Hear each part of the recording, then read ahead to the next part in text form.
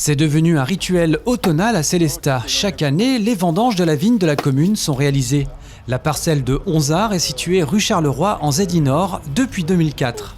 À l'époque, nous étions à la recherche d'un terrain pour y consacrer une de nos activités au niveau du domaine, tout ce qui est conditionnement, préparation de commandes et l'administratif.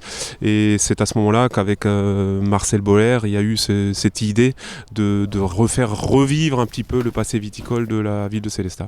Dans cette parcelle, la famille Oller a décidé de cultiver de l'auxerrois. Et bonne surprise, ce cépage blanc n'a pas tellement souffert des conditions climatiques, contrairement à d'autres coins du vignoble alsacien. En Alsace, on s'en sort peut-être mieux que dans certaines régions, puisqu'on a été peu impacté par le gel. Par contre, on a eu un fléau de mildiou comme jamais. Les anciens n'ont jamais vu ça.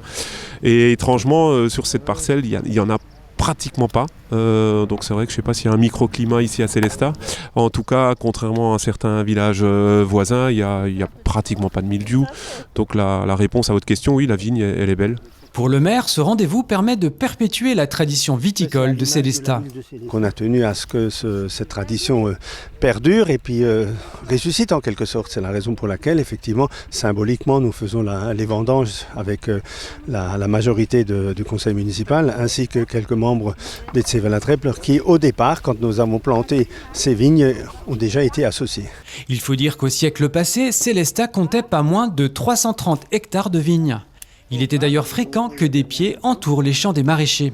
Ça, je l'ai connu, parce qu'en tant que gamin ou adolescent, moi, je nettoyais, on nettoyait les vignes qui étaient effectivement, on appelait ça les holta, c'est-à-dire les vignes délimitaient les parcelles. Alors, il y avait 2 ou une rangée, mais pratiquement autour de toutes les parcelles. Et puis, pour nous, gamins, il fallait, évidemment, en été, quand les mauvaises herbes poussaient, il fallait nettoyer à la main. À l'époque, effectivement, les maraîchers avaient tous des tonneaux, avaient tous un pressoir. Moi-même, ma famille, nous avions un pressoir et je me souviens quand nous avons vendangé ces vignes-là et puis sorti le vin et tiré le vin et puis on avait des fûts dans la cave.